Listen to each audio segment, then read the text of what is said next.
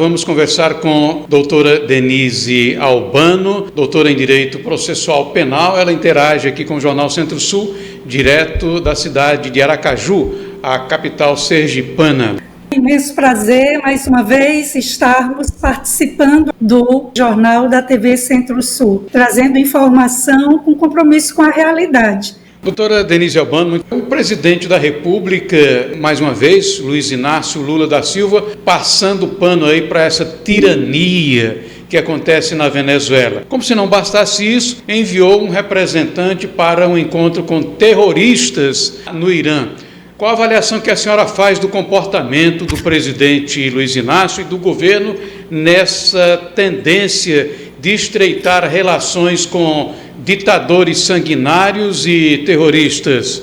É deplorável, não é, Ivan, quem nos acompanha? Vergonhosa essa postura, essa atitude do governo brasileiro, que não condiz com o perfil, com os valores da maioria do povo brasileiro. O povo brasileiro tem apreço pela democracia.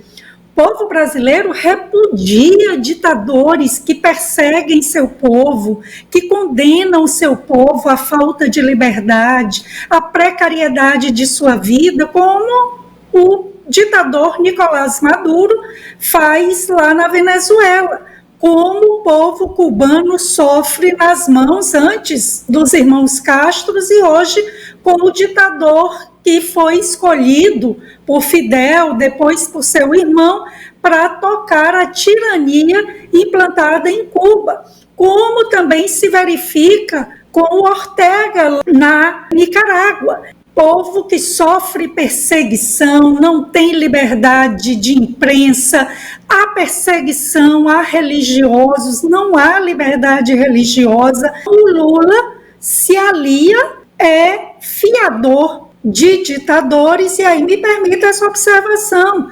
Muitos dizem, Lula é cúmplice da ditadura venezuelana, do que ocorre na Nicarágua. Não, ele não é cúmplice, porque o cúmplice, tecnicamente, no direito, é aquele que tem um papel menor na empreitada criminosa, é aquele que não participa ativamente.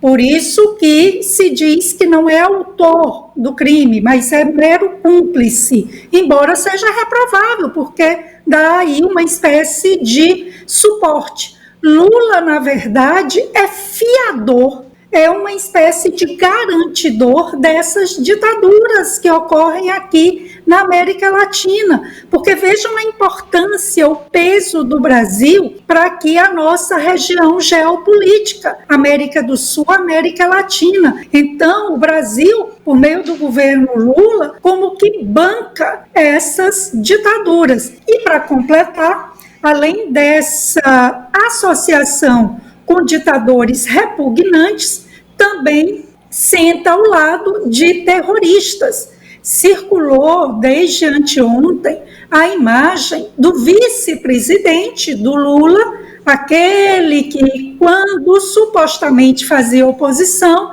disse que depois de quebrar o país, palavras do vice do Lula, Geraldo Alckmin, quando foi candidato, supostamente de oposição, disse, depois de quebrar o Brasil, Lula agora quer voltar à cena do crime. Chamou Lula de quê? Aí fica para constatação óbvia de quem nos acompanha. Então, Geraldo Alckmin foi despachado para o Irã. Prestem atenção, o Irã é o principal estado financiador do terrorismo internacional e se senta ao lado de chefes do grupo terrorista Hezbollah, do grupo terrorista dos Houthis, que praticam terrorismo desde um país chamado Iêmen, que é bancado praticamente pelos iranianos, e se senta ao lado do principal porta-voz representante do Hamas, que horas depois foi assassinado, dizem, nunca o serviço secreto israelense assume, mas tipicamente numa atividade do Mossad, serviço secreto israelense. E Lula e seu governo nunca trataram o Hamas como um grupo terrorista. Hamas, Hezbollah. Eu não sei se vocês viram que há poucos dias soltaram um foguete num campinho de futebol onde crianças jogavam ao lado de um parque infantil, matando mais de uma dezena de crianças. E aí querem dizer que Israel é comparável a esses grupos terroristas.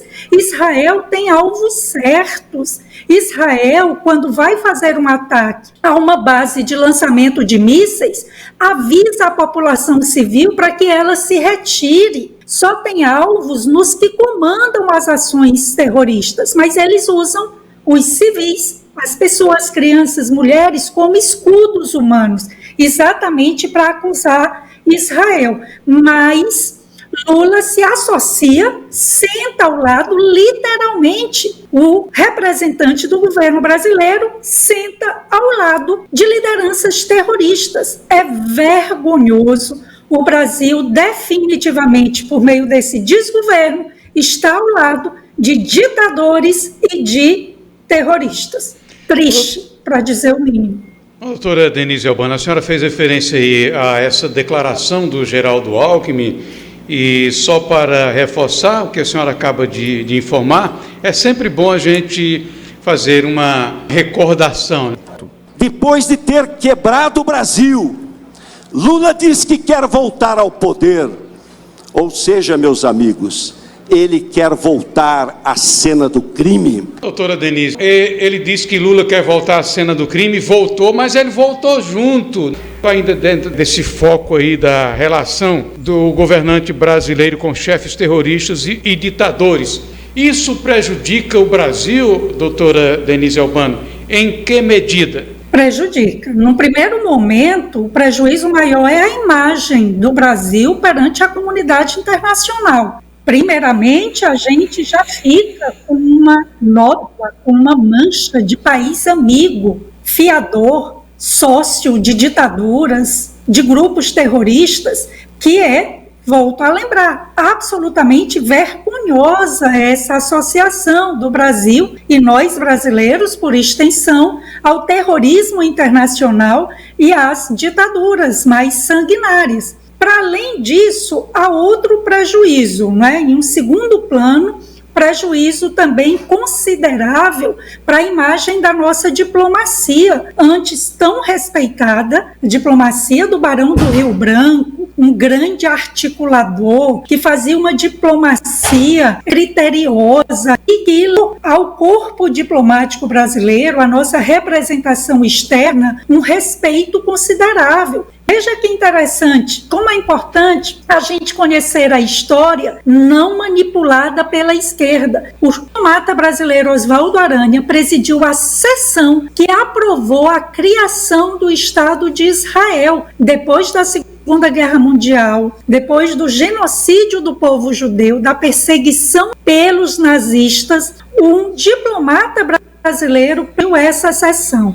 E a importância da diplomacia brasileira era tão reconhecida que não é à toa que o Brasil, nas Assembleias Gerais da ONU, sempre é o primeiro país, o presidente que está no poder é o primeiro a se manifestar nas sessões anuais da ONU, da Organização das Nações Unidas, exatamente por conta dessa grande contribuição, dessa marcante atuação da nossa diplomacia por meio do Oswaldo Aranha, antes do saudoso Barão do Rio Branco. E aí, a diplomacia brasileira, antes respeitada, o Brasil sempre numa posição tanto quanto de neutralidade, por isso era visto como um mediador confiável. Hoje, depois de o PT destruir a imagem da Polícia Federal, destruir a imagem, de certa maneira ficou abalada, do Supremo Tribunal Federal, depois de também tisnar a imagem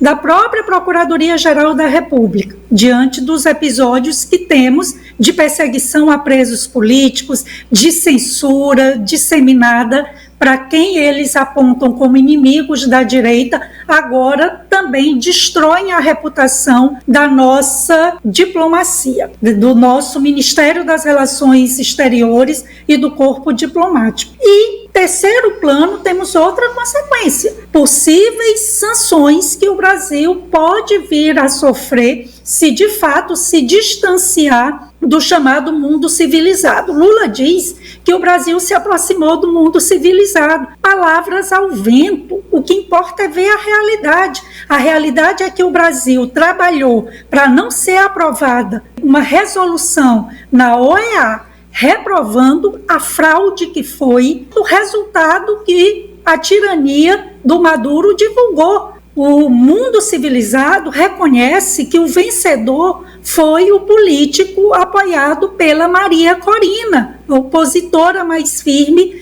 do Maduro, e não o que se divulgou, Maduro como vencedor. Então, o Brasil pode sofrer sanções externas. O que ocorre na Venezuela é, em certa parte, parecido com o que ocorre no Brasil.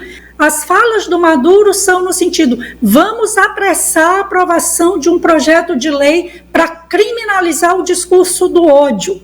O discurso do ódio, as críticas, as manifestações de quem não aceita a ditadura, de quem critica o processo eleitoral conduzido pelo establishment da ditadura venezuelana. Vamos condenar quem critica, quem está se manifestando, até 15 anos de prisão. Aqui no Brasil, nós temos manifestantes que não mataram, roubaram, estupraram, mas que se manifestaram ou simplesmente colocaram uma frase dita por um ministro: perdeu o mané numa estátua. É reprovável? É. Mas ficar presa há mais de um ano, pessoas condenadas a 14, 17 anos, Maduro disse até 15. Aqui a gente tem manifestante condenado a 17 anos. Então, é isso. As consequências vão desde as mais graves, possíveis sanções que o Brasil pode vir a sofrer se de fato continuar nessa escalada autoritária e apoiando ditaduras, a destruição da reputação do nosso corpo diplomático, da nossa diplomacia, antes tão respeitada, e também, como uma consequência absolutamente desagradável, reprovável, a mancha indelével sobre a imagem do Brasil como uma nação de povo comprometido com a democracia, com os direitos humanos.